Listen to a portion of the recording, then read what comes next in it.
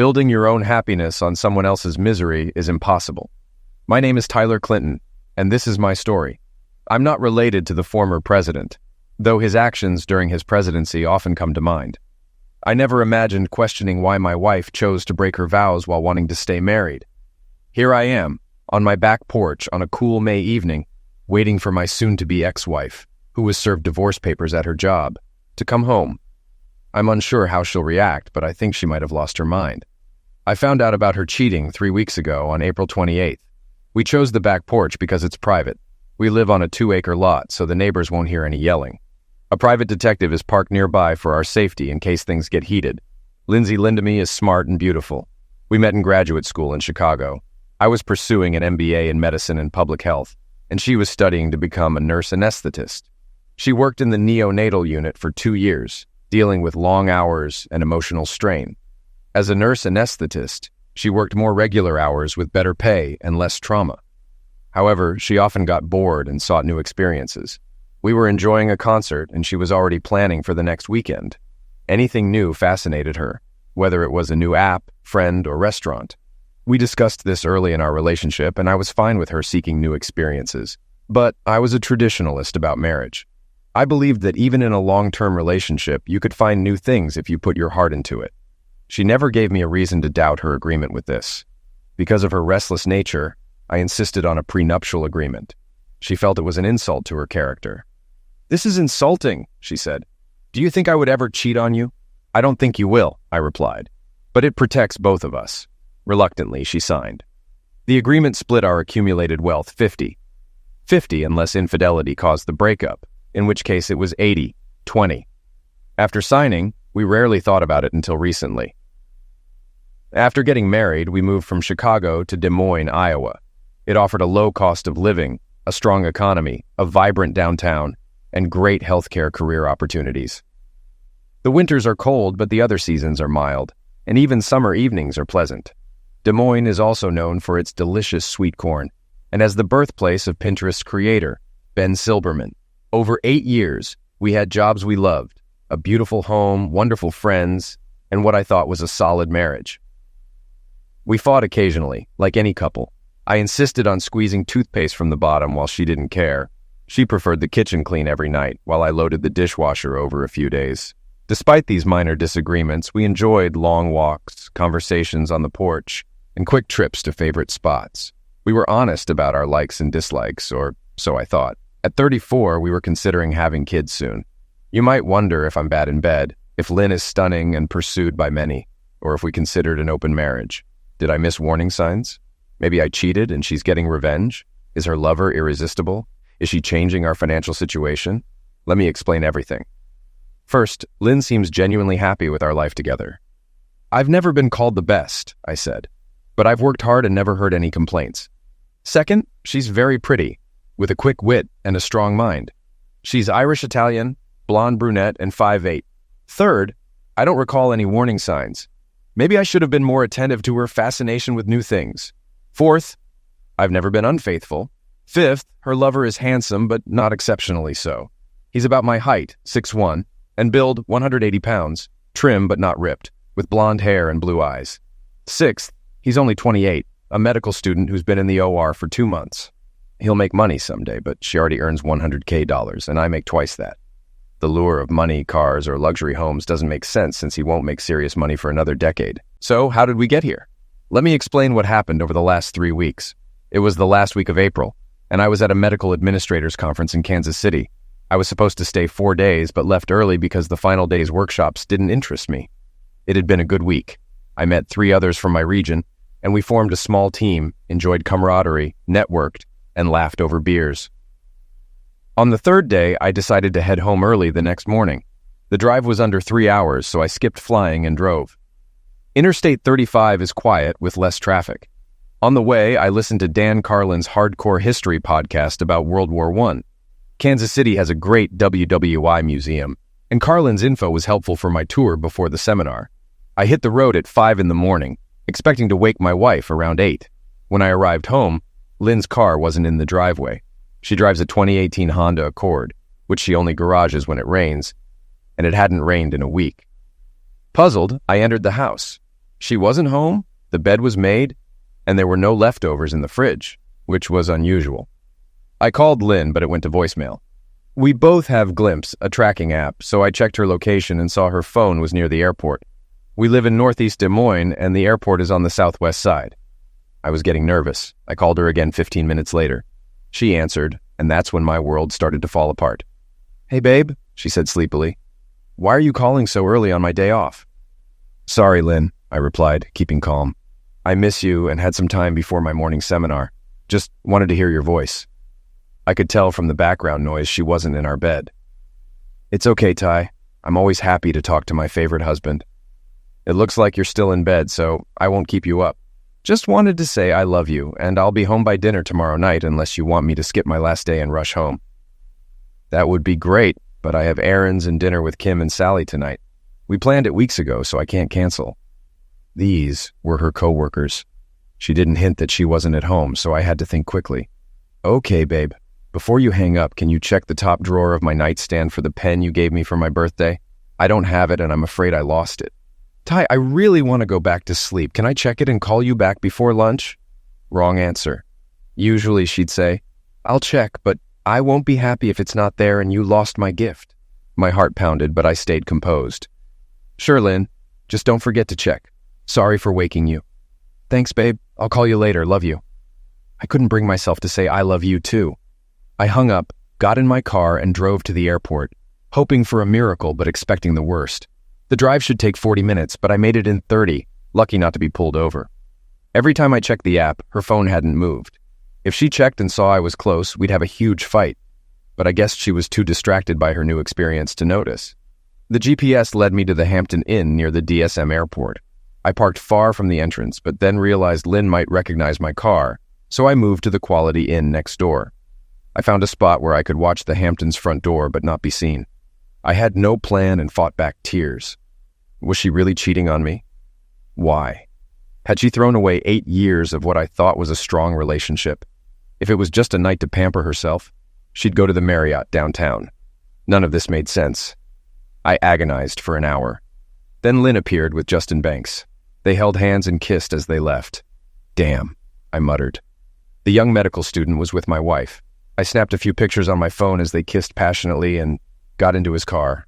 I met him 2 months ago at a hospital.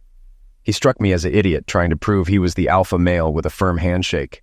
My dad taught me to look people in the eye and offer a firm hand, so I wasn't impressed. Our small talk felt forced, and he seemed to smirk constantly. I mentioned it to Lynn, and she dismissed it. "You hang out with doctors a lot, Ty. You know they can be narcissistic. Justin's not like that." Now, watching my marriage unravel, I struggled to control my emotions. What should I do? Go to court? Hire a private investigator? I needed to think. Problem solving is part of my job, so I forced myself to calm down. After a few minutes, I had a plan. When they left the Hampton, they didn't have overnight bags. It looked like they'd return. I followed the Glimpse app and saw they stopped at a diner 2 miles away. I had a few minutes to act. I walked back to the Hampton and entered the lobby.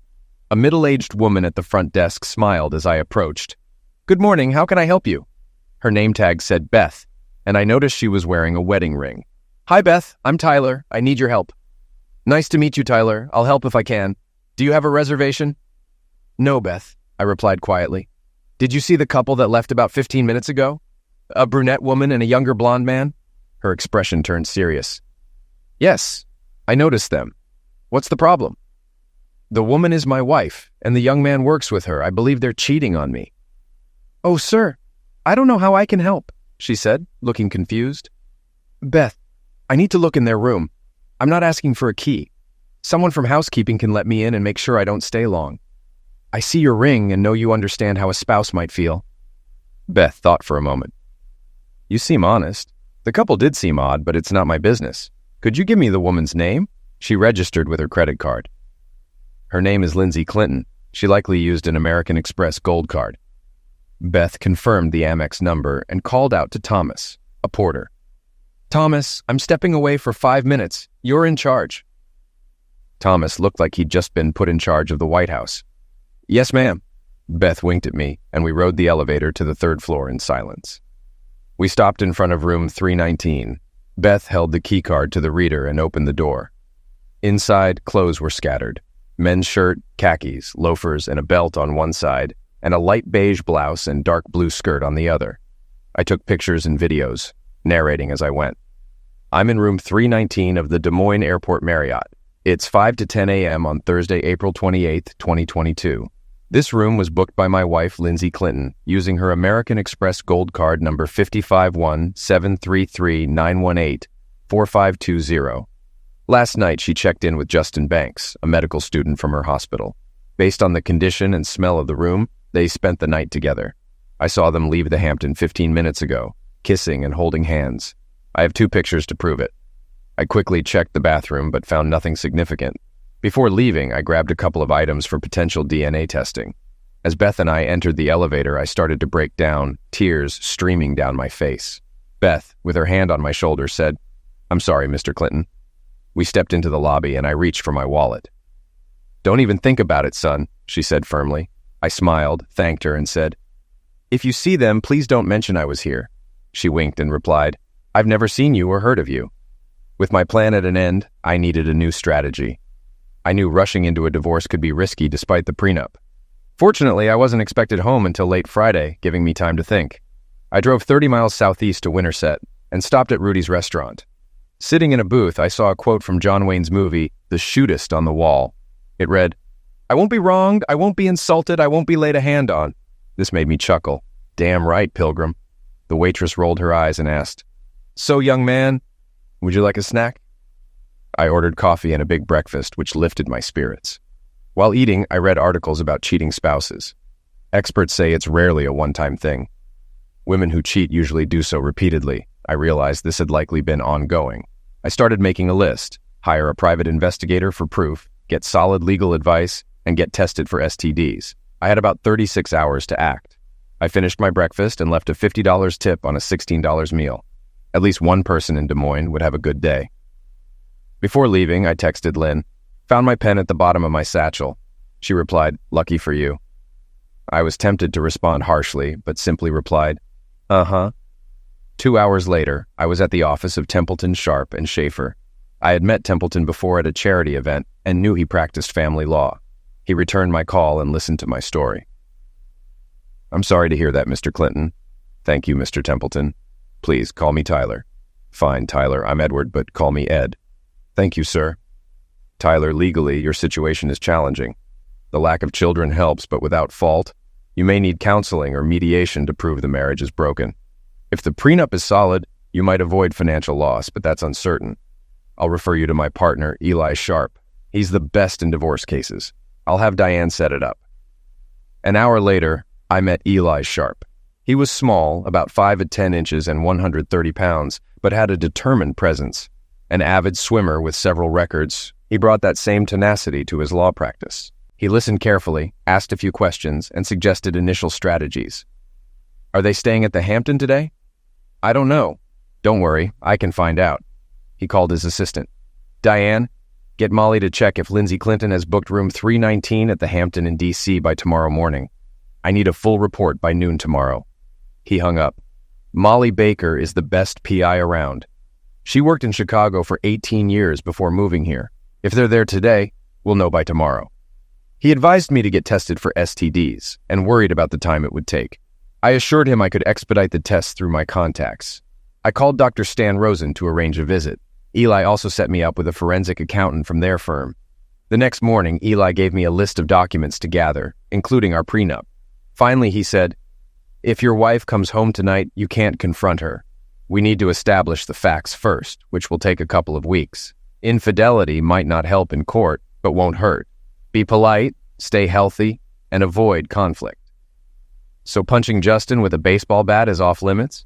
"Yes, absolutely." "Got it." We shook hands, and I left. I wish I could say I knew how to share my pain, but that would be a lie. I still had my clothes from the trip, so I didn't need to go inside. I went to another gym, paid for a day pass, and worked out for about 2 hours until I could barely stand. Then I took a long steam and shower before checking into the Hyatt downtown, where I immediately ordered room service, including a bottle of Maker's Mark. After my second drink, I turned off my phone and put it away, knowing I'd forget where it was once drunk. I didn't want to risk calling my wife while intoxicated. Tears, anger, frustration, and more tears lasted until I passed out. The next morning, I woke up around 7 with a terrible hangover. Forcing myself back to the gym, I sipped more makers from my Yeti glass. After a shower, I felt almost human again. I spent an hour at Starbucks compiling a financial report for the accountant. By 8:30, I was in Rosen's office. He drew my blood himself. "I'll take it to the lab and keep it confidential until needed in court," he assured me. "Not your first rodeo, Doc?" "Hell no," he replied in his best John Wayne voice. "I may have results by tomorrow, but it could be Monday." "No worries. Thanks, Stan." Back at TS&S, I met with Lois Montgomery. She sorted through my financials for 2 hours. When done, she summarized. Good news and bad news. The prenup covers 80% of your assets due to infidelity, but the house will likely be split 50-50. You can avoid alimony, but may have to split retirement and savings. I'll prepare a full report for Eli by the end of the day. I thanked her and went to see Eli Sharp again. He was with a woman named Molly Elkington. She was pleasant-looking with a firm handshake and a penetrating gaze. She had a weapon on her belt, which made me note to never mess with her. After pleasantries, she got to the point. "Mr. Clinton, your wife is in a relationship with Justin Banks. Thanks to Beth, I installed audio-visual devices in their room. I also enhanced images to make your wife's identity undeniable. They were at the hotel from 1 p.m. to 6 p.m., went out for dinner, and returned at 8 p.m. They checked out around 10 p.m., Banks left in his car, and she went home." She handed me a large file. "There are pictures and a thumb drive with videos. I advise you not to look at them, but if you do, give yourself time and space to deal with it. I'm sorry, Mr. Clinton. I hate cheaters and the damage they cause. You don't deserve this." She and Sharp discussed the next steps to establish a pattern. Then she left. Sharp poured me a shot of Knob Creek Limited Edition to calm my nerves. We continued our conversation, discussing the blood tests and financial aspects of the divorce. "What's your ultimate goal, Tyler? What matters most to you when everything's settled?" I paused. "I want to leave as soon as possible. I can be patient and avoid doing anything rash, but being around her makes me sick. I need you to ensure the prenup terms are honored. I can handle splitting the house and minor assets, but I don't want her to benefit financially at my expense. Also, I want to preserve my dignity and make it known she was unfaithful, not me. No irreconcilable differences. I won't go after the hospital since I work there too, and it's not their fault. But I want it clear that she cheated with Justin Banks. And I want Banks to suffer. If you can convince the hospital to remove him, that would be great, but I doubt it'll happen. I'd love for him to end up driving a UPS truck in Kansas." Sharp replied, "The prenup looks solid. We'll ensure everyone knows why you're splitting up. However, the court might still order counseling to see if the marriage can be saved. If your wife doesn't want a divorce, her lawyer might drag out the case, hoping to weaken your resolve. As for Banks, don't get your hopes up about his career taking a hit. The hospital might take action, especially if new trainees sign a behavior pledge, but don't count on it. You'll need to go home soon and act like a happy husband. If she senses anything, she might strike first before we're ready. And stay away from Banks. If you think you can't, I'll ask Molly to assign someone to keep an eye on you." I promised to behave, even if it meant biting my lip until it bled. Early Friday afternoon, I left Sharp's office, sat in my car for 30 minutes, and realized I couldn't go home without blurting everything out. So I drove south on I-35 toward Kansas City. Lynn expected me home around 7. After 90 minutes, I stopped in Bethany, Missouri, at a tire shop. A guy named Ed was behind the counter, engrossed in Sports Illustrated. "Can I help you?" "Yeah, I need 4 new tires." Ed sighed, annoyed at being interrupted, and inspected my car. "These tires have 10,000 miles left. You don't need new ones." "Look, Ed, I'm particular about my car. Price doesn't matter. Can you do it or not?" He grumbled, checked his computer, and said, "Not today. I can get them by 10 tomorrow. It'll be $1,455. "Great," I said. "Do it." He looked puzzled, but placed the order. "See you in the morning." I left and checked into a Super 8 motel for $78 a night. Lying on the bed, I called Lynn. "You're almost home, babe. Can't wait to see you." She sounded cheerful after 2 days with Justin. "Sorry, Lynn, I lied. I blew 2 tires from debris on the highway. I'm stuck in Bethany, Missouri until tomorrow. I'll be home midday." "Damn. Are you okay? Nothing hit the windshield?" "No, I'm fine. But I'm having Taco Bell for dinner and breakfast. Sorry for the delay." "Me too. But the important thing is, you're okay. I miss you and was hoping to see you tonight. Be safe and come home soon, okay?" "I will, Lynn." I'm tired and a bit shaken from the blowout. I'll have a couple of beers and go to bed. See you tomorrow, okay? Okay, Ty. I love you. Good night, Lynn. I knew I'd eventually have to fake an I love you too with sincerity, but not tonight. I didn't know if she noticed my silence, and I didn't care. I opened the envelope Molly gave me. It showed my wife cheating with Justin. After brushing my teeth, I watched the video of them together. After an hour of intense emotional pain, my rage began to build. I was heartbroken. She was selfish and disrespectful. My anger at Justin would grow, but right then I was furious with the woman who I thought loved me. In our 8-year marriage and year-long engagement, I never seriously considered being with another woman. Sure, I'd notice attractive women, but I never thought of breaking my vows or hurting her with infidelity. I remembered how the prenup had offended her. She was a narcissist, only caring about herself. She didn't understand the commitment I believed love required. So yes, this broke my heart, but I was also furious. This wouldn't go unpunished. That was final. The next few weeks would be tough, but I was determined to leave her as soon as possible. And Dr. Justin would pay too. The next morning, I had tacos for breakfast. I wasn't lying about being stuck at Taco Bell. 2 cups of coffee helped. I went to meet Ed and pick up my new tires. Ed was less grumpy and smiled, probably thinking he could sell my old tires for cash. By 11:30 a.m., I had 4 new tires and no more excuses. I thought about how to mess with Lynn's head during the ride home. The thought of touching her made me cringe. I stopped near Des Moines and arrived home around 1:30 p.m. Lynn's car was there. I walked in and heard light jazz. Lynn was washing dishes, swaying to the music. She didn't hear me come in. I grabbed her. "Damn, Ty, you scared me. Let me go." I left a mark on her neck. Maybe it would make Dr. Banks jealous. "What the hell, Ty? I bet you put marks on my neck. I'll be embarrassed at work." "That's not what I meant, Ty. You just scared me." I overreacted. "I'm glad you're home. Let's go upstairs." I let her go, picked up my bag, and headed upstairs. "Forget it, Lynn. Tell them your idiot husband got carried away and hurt your feelings." I had never spoken to Lynn like that before. I didn't wait for her response and couldn't see her face. All she said was, "Whatever you say." I unpacked, took a shower, changed, and went downstairs. Lynn was texting at the kitchen table. She looked at me with no forgiveness in her eyes, but the anger had lessened. I guessed who she was texting. "Leave it alone, Lynn. I've been gone for a week, 2 days longer than planned, and all I thought about was getting back to you. But my attempt to spice things up didn't go over well. You asked me to hurry home so you could touch me. Sorry for not understanding. Enjoy your day and evening. I'm leaving." I didn't wait for her response. Even in arguments, I never lashed out before. I walked out, got in my car, and drove to the clubhouse. I changed into casual golf clothes and practiced for a couple of hours. I thought about how bachelorhood would give me time to improve my game, but the circumstances made it hard to enjoy. Later, I relaxed in the men's locker room with a beer, chatting with friends. Tom Harris, a local investment banker and good friend, mentioned his wife was out of town, so I invited him to dinner.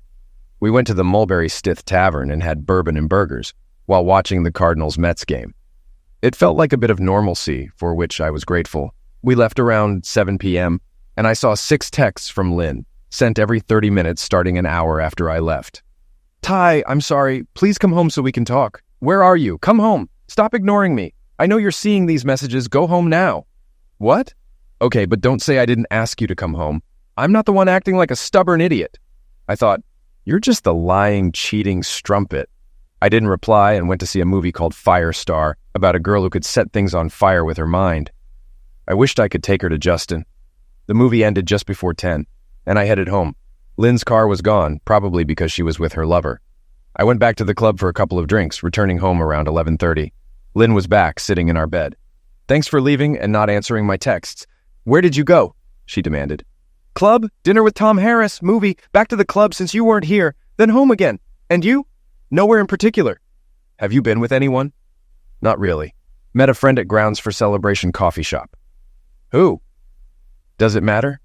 "We need to talk about earlier." "Okay, talk." "Ty, I'm sorry I reacted the way I did, but your aggression scared me. It made me defensive. Your groping didn't turn me on. Part of my love for you is based on respect, and your actions didn't feel like love and respect. Lynn, I admit my actions were different, but you asked me to spice things up physically. I meant more romance, like a candlelit dinner or a weekend at the beach. Lynn, we've done all that over the last 8 years. Weekends away, romantic conversations. Your story doesn't add up. It's true, maybe in new places. Nonsense, Lynn. I remember our conversation. If you've changed your mind, just say so. Don't lie about it.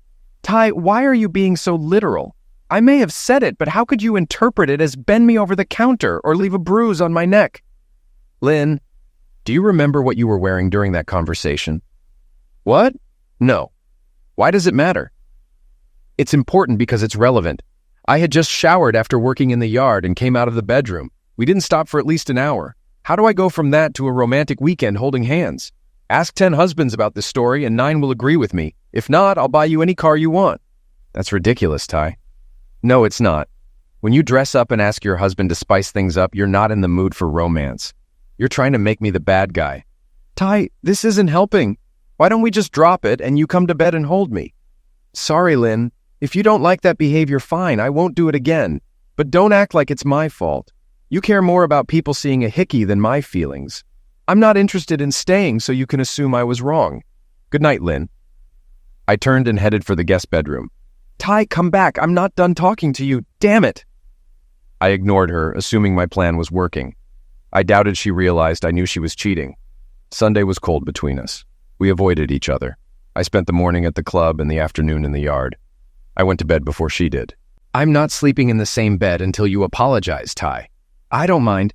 We'll alternate nights in the master bedroom. It's my bed too. If you don't like it, use the spare room. Tomorrow night, I'll sleep there. I don't agree. Go to the guest room until you come to your senses. Lynn, we're equals. I'm sleeping here tonight. What you do is up to you. Fool, she hissed, leaving for the guest room. The beginning of the week was the same. We barely spoke. She tried to provoke me, but I didn't react. Monday night, she complained about being teased at work over the hickey. I shrugged. Tuesday morning, Stan Rosen called and asked me to stop by his office.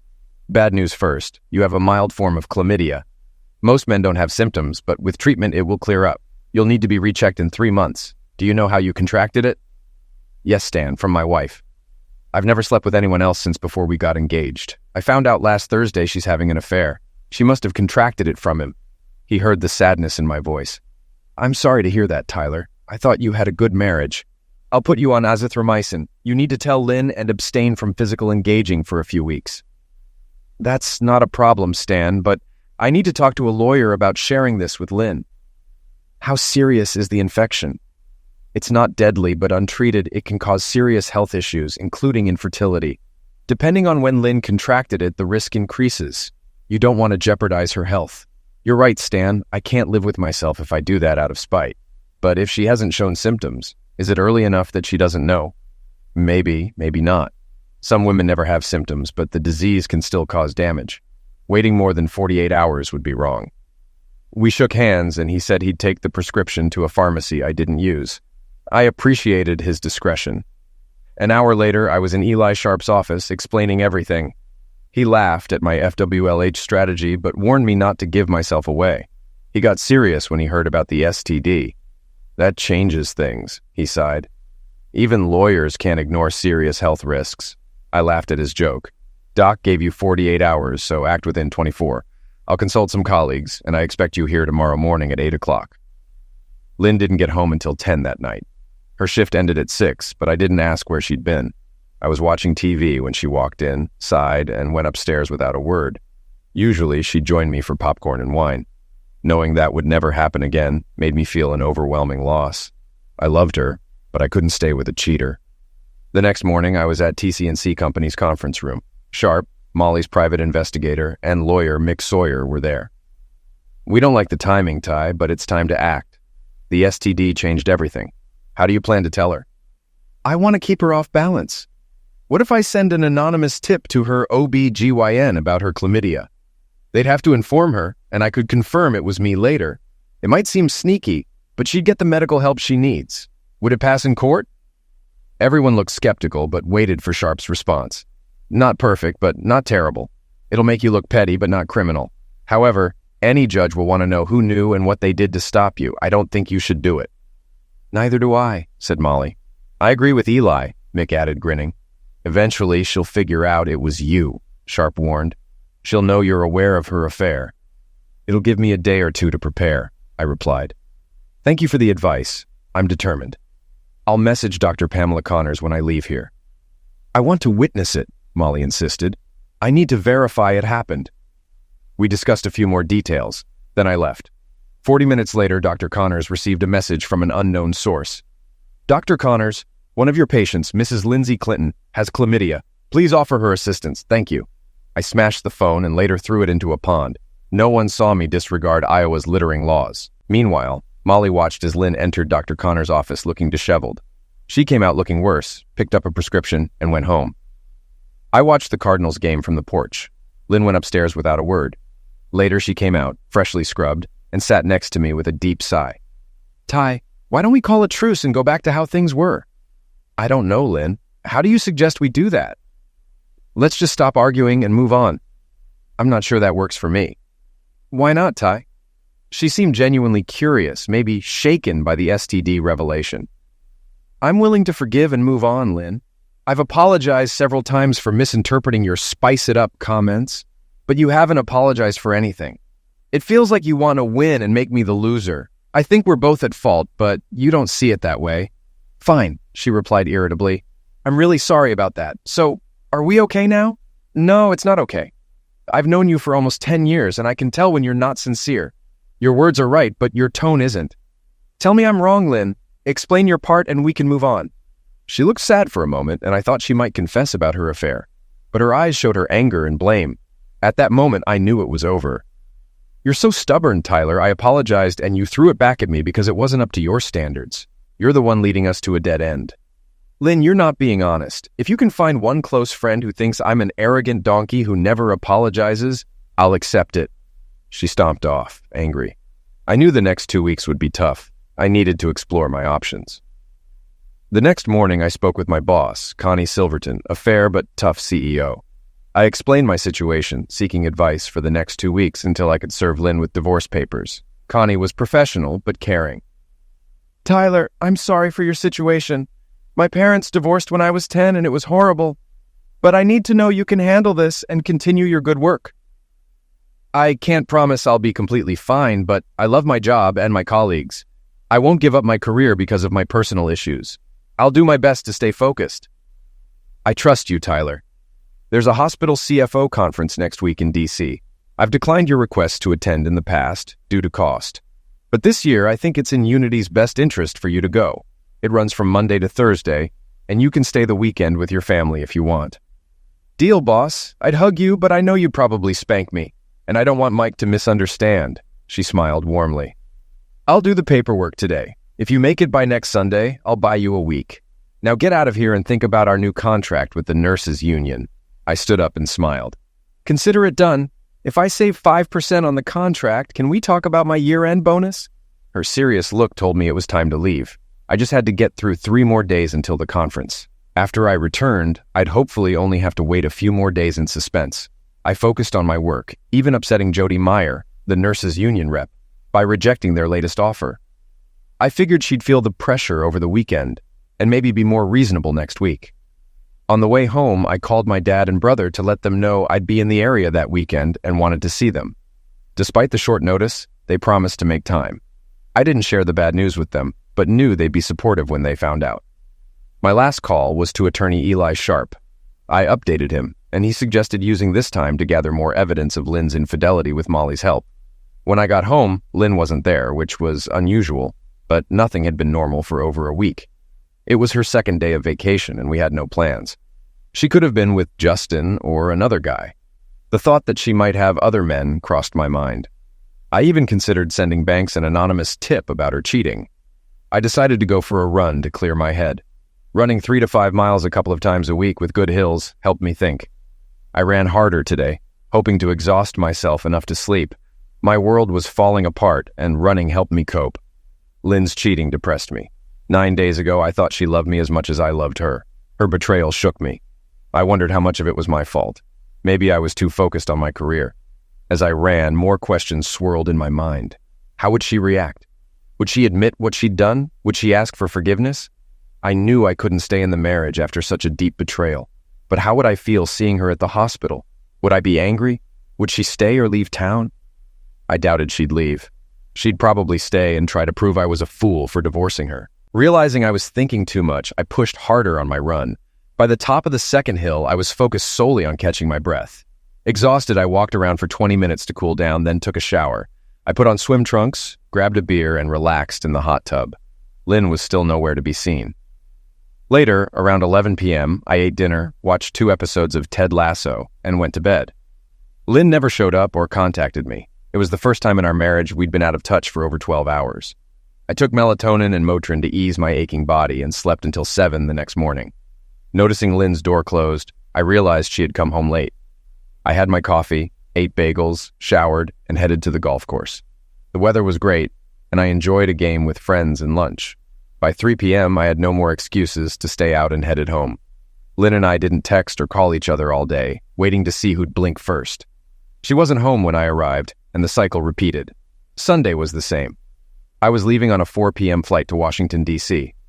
I spent the morning doing yard work, something Lynn and I usually did together. She showed up around 11 a.m., looked at me, and went inside. Frustrated, I gathered my things and left for the airport without telling her. I figured she wouldn't notice I was gone, but I hoped she would. 2 things happened. Eli called to say Molly's team had new evidence of Lynn and Banks. Then Lynn texted me. "Where are you?" "In Washington for a CFO conference Connie asked me to attend." "When were you going to tell me, you inconsiderate fool?" "Whenever you got home before 1 or 2 a.m. and talked to me." "Where were you Friday and Saturday night?" She ignored the question. "Ty, I was scared something had happened to you. Why didn't you text me?" "I did, but you didn't respond." "If you were so scared, did you call the police?" "No, but still, you're such an idiot for not communicating with me." "Did you call my boss, my dad, my brother, or any of our friends to check on me?" "I contacted several people. Don't blame this on me." "Name them so I can verify. I won't tolerate lies from an insensitive and uncaring idiot like you." "You're just insanely stubborn, Ty, and right now you're just pissing me off." "Well, Lynn, you don't seem capable of telling the truth or taking responsibility, so screw you." There was no response, just silence. Was she feeling guilty or suspecting that I knew something? I realized I was sweating and breathing hard as if I had been working out. I pulled myself together, showered, and went to the conference. Despite my emotional turmoil, the week went okay. I made good contacts and attended some informative panels. The weekend with my dad and brother was tough but supportive. They couldn't fully relate to my situation. My mom had passed away 3 years ago, held by my dad, who loved her for 41 years. My dad thought Lynn was crazy. My brother Elliot had a great marriage with Mary. Even their occasional arguments were resolved quickly. We played golf, watched a Nationals game, and enjoyed lunch. I loved spending time with my nephews. Sunday night came too soon. My dad hugged me at Reagan Airport and looked me in the eyes. "I know it hurts, son, but you'll get through this. Lynn has shown her true colors. Keep moving forward one day at a time." "I know, Dad. The pain will subside." He hugged me, then drove back to Springfield, Virginia. By the time I got to Des Moines, it was almost noon. I went to the office to check on things. Jody Meyer's latest offer was better, showing the nurses didn't want a prolonged work stoppage and trusted Unity to negotiate fairly. I peeked into Connie's office. She gave me her usual look. "What do you want now?" I smiled. "Just wanted to say thanks for last week. The seminar was great and the time with my family was perfect." "As if I care. Have you done anything useful since you got back?" "Not much, but we'll have a deal with the nurses by the end of the week." "No need to thank me. Get out of my office, Tyler, and come back when you have something for me." I loved her teasing, but today it felt more important. I paused at the door. "Hey, boss." "What?" "I love you too." I ducked out before she could throw her pen at me. Sometimes a normal life with people you respect is the best medicine. Maybe Dad was right. The pain would begin to subside. On the way home, I called my lawyer. Eli Sharp answered quickly. "Stop by my office at 7 tomorrow morning, Ty. We're ready to move forward. Lynn kept seeing her idiot partner over the weekend. We have photos of her in a revealing outfit at their hotel." When I got home, the house was dark and empty. It seemed truly over between Lynn and me. We hadn't seen each other or had a real conversation in weeks. I missed the Lynn I married. Fun, curious, mischievous, beautiful, and strong-willed. I dropped my bag, grabbed a beer, and sat on the back porch as the sun set. Despite my anger, I found myself crying. One day I would have no more tears for her or our marriage. I couldn't tolerate her betrayal. My pride was wounded, but intact. Tonight I mourned what was lost. By 10 p.m. I was exhausted. I took a quick shower and fell asleep almost instantly. We slept in separate beds, so I didn't hear her come in, whether it was right after I fell asleep or at 3 in the morning. I didn't know and I didn't care. I got up around 5:30 a.m. to get a quick workout before meeting Silas and the team at 7. Lynn's car was in the driveway, and the guest room door was closed. She had a 3-day shift starting today, which meant we wouldn't cross paths much this week. "Ty, good to see you. Come on in and have a seat," Eli greeted me. Molly and one of Silas's assistants, Peggy Simons, were there. Molly smiled and said hello, and Peg offered me coffee. We got down to business quickly. Eli began, "We'd like to serve Lynn this week. Tyler, Molly has gathered ample evidence of your wife's infidelity. Repeating it won't help. You already owe Molly over $6,000, so thank her and let her move on." Molly smiled, patted Eli on the shoulder, and left after shaking my hand. "I hope you get things settled quickly and painlessly, Tyler," she said. I thanked her and said, "I hope I never need to hire you again, but I'll gladly recommend you to anyone who does." Eli and I discussed how and when to serve Lynn. I suggested doing it at work with Justin present, possibly Thursday at the end of the day. Eli advised against waiting that long. "Waiting gives her a chance to find out. You've kept your composure, Ty, but you must be at your limit. Let's serve her tonight or tomorrow. One of Molly's guys is watching the hospital and will know the best time." I agreed. I was ready for the confrontation. My thoughts went to Clint Eastwood's asterisk outlaw Josie Wales. "Are you going to pull those pistols or whistle Dixie?" The fight was on. Eli also found a state law that allowed me to sue Justin Banks for alienation of affection. It might not go anywhere, but the embarrassment could damage his career. We agreed Eli would call me when the case was done. I'd be on the back porch to talk to Lynn. Eli wanted proof of our conversation in case things got out of hand. He asked Peg to have Molly's team set up surveillance equipment on our back porch and be ready to call the police if necessary. I doubted Lynn would get that crazy, but then again, I never thought she'd cheat on me. I spent the afternoon emailing Jody Meyer about the latest contract negotiation issues. By 3 p.m., we reached an agreement. Neither of us was 100% satisfied, so it was probably fair. The nurses got a decent raise, overtime, and vacation days, while the hospital got a 5-year contract instead of the 3 years Jody wanted. Even Connie smiled when I put the papers on her desk for the board of directors. I was a 5-minute walk from home when Eli Sharp called. "So, Barrister, how are we doing today?" Sharp grinned. "Sorry, Ty, I know it's tough for you, and I'm not trying to make it any easier. I just heard from Molly. She's offered to deal with Lynn and Banks. They had just finished a long surgery and were in the staff lounge with another nurse, the surgeon, and Mike Devlin, the head of surgery for Unity Healthcare. Devlin was there because Alex Greer, one of the best surgeons, was operating. Devlin and Greer went to Yale together, so they socialize a lot.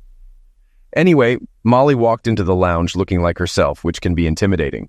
Banks, a medical student, was offended by a non-medical person in their space and asked if she was lost. When she said no, he told her the area was off limits and she should leave. Molly said, "Can you believe this little piece of crap talks to me like that?" She pushed him back into his chair, leaned in, and he started peeing. She threw him her best Chicago look and asked if he was Justin Banks. He barely said yes. "Well, son, you've been served." The room got quiet and everyone stared at me. When I turned to Lynn, she looked like she might melt. I took a nicer tone, but with sarcasm. "And you, sweetheart? Are you Lynn Clinton, Tyler Clinton's wife?" She whispered yes. "Well, you've been served too." Molly said it was one of her best moments in years and hesitated to leave. Devlin turned to Banks. "If you did what I think you did, you'll never practice medicine if I can help it." He turned to Lynn and said, "Please tell me you're not that stupid, Lynn." She hung her head, and as Molly left, she heard Devlin say, "Lynn, go home and don't come back until you talk to a union rep." Sharp finally stopped laughing.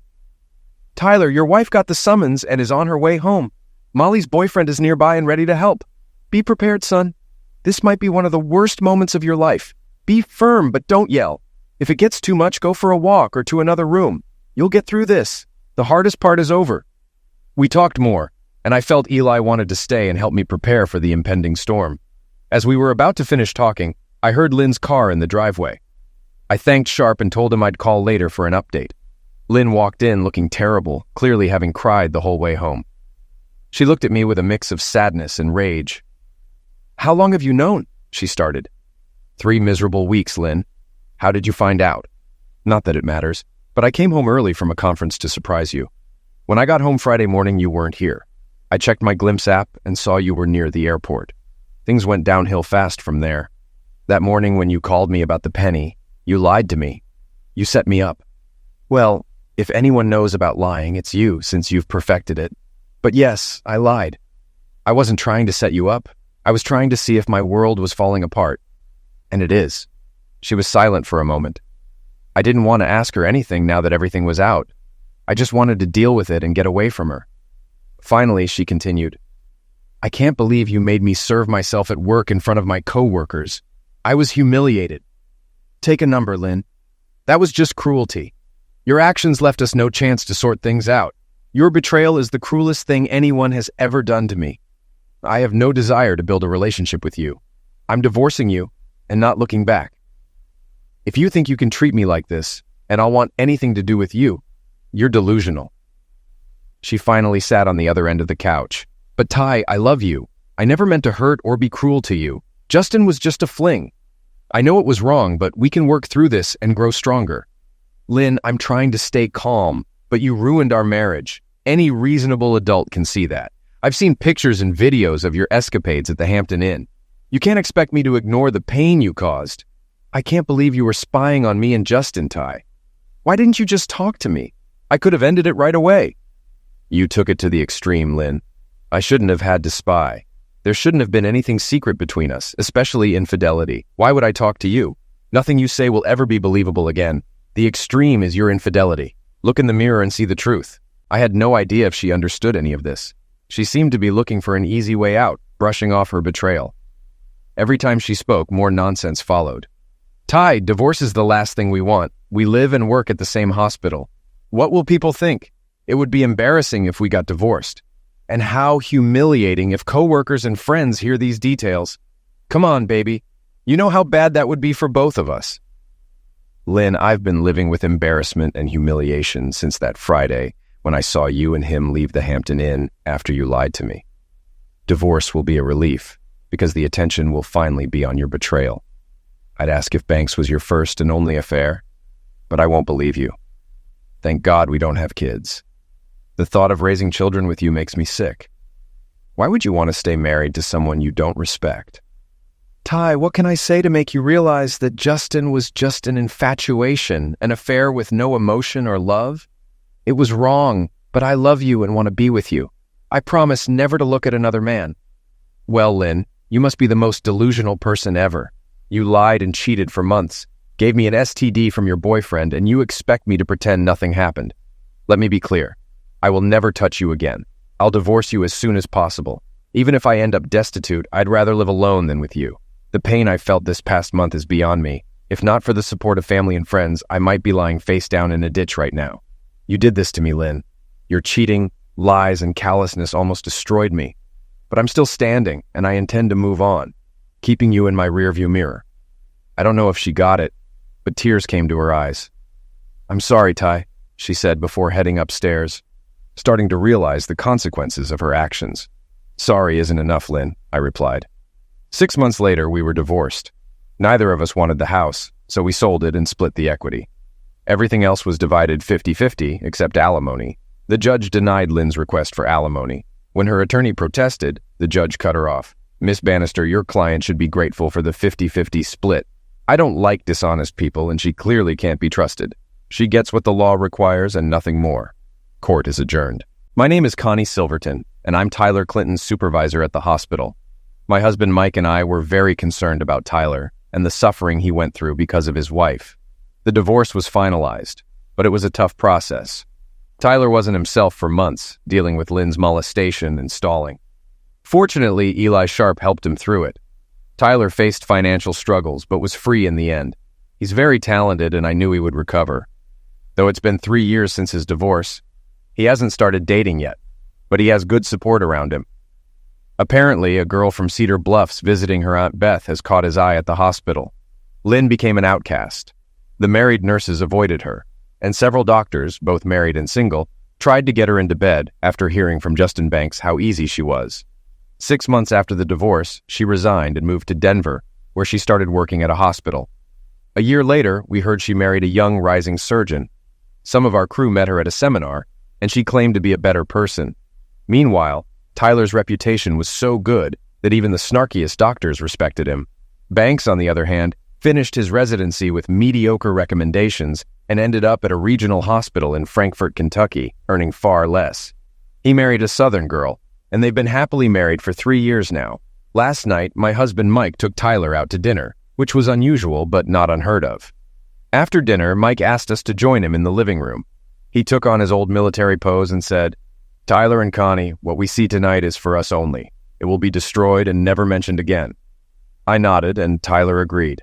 Almost 4 years ago, a woman and a man hurt someone Connie and I love like a brother. We've talked and prayed for justice. I have many contacts from my years in the military and have called in some favors. Please watch the screen for the next 20 minutes. We watched 2 shocking videos. The first showed Dr. and Mrs. James Thaddeus of Denver, Colorado. Mrs. Thaddeus, formerly Mrs. Tyler Clinton, was sobbing and screaming at her husband after receiving a video of him cheating. "You fool! I've been faithful to you. How could you ruin our relationship? Get out of my house now!" When he left, she sobbed, then read an envelope that said, "Betrayal hurts like a cow, doesn't it, strumpet?" The second video showed Justin Banks outside his home in Kentucky, where his wife tearfully held photos of him cheating. 3 large men, one in a sheriff's uniform, approached Banks. "Did you think you could screw over our sister and get away with it? There won't be a piece of you left to identify if your body parts are ever found." Banks cried as the screen went dark, with a uniformed man saying, "By the way, Tyler Clinton's friend, Colonel Silverton, sends his regards." A final scene showed a young woman smiling into the camera saying, "Mission accomplished."